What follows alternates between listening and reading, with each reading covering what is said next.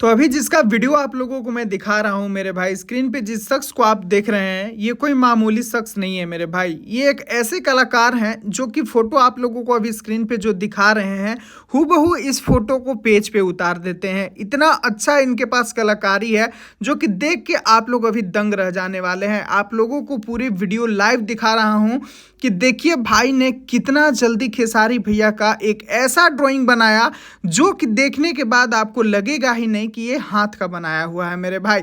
बिल्कुल लगेगा कि ये किसी एआई से बनाया हुआ है या किसी वेबसाइट के द्वारा बनाया गया है। लेकिन आप लोग यहाँ पर लाइव देख सकते हैं कि भाई की कलाकारी मतलब क्या बताया जाए, नेक्स्ट लेवल की कलाकारी है मेरे भाई। और आपके देखते देखते यहाँ पर देखिए कि हमारे ट्रेंडिंग स्टार खेसारी लाल यादव का आज तक इतना खूबसूरत स्केच किसी ने नहीं बनाया होगा जितना खूबसूरत ये भाई बनाए हैं और आपके सामने बना रहे हैं। ये नहीं कि कोई मतलब फेक करके दिखा दिया जाए और बता दिया जाए कि हाँ मैं कलाकारी दिखाया हूँ। यहाँ पर सामने आप लोग देख सकते हैं, आप लोगों के सामने कैसे भाई ने खेसारी भैया के वो तस्वीर को हूबहू उतार दिया है मेरे भाई।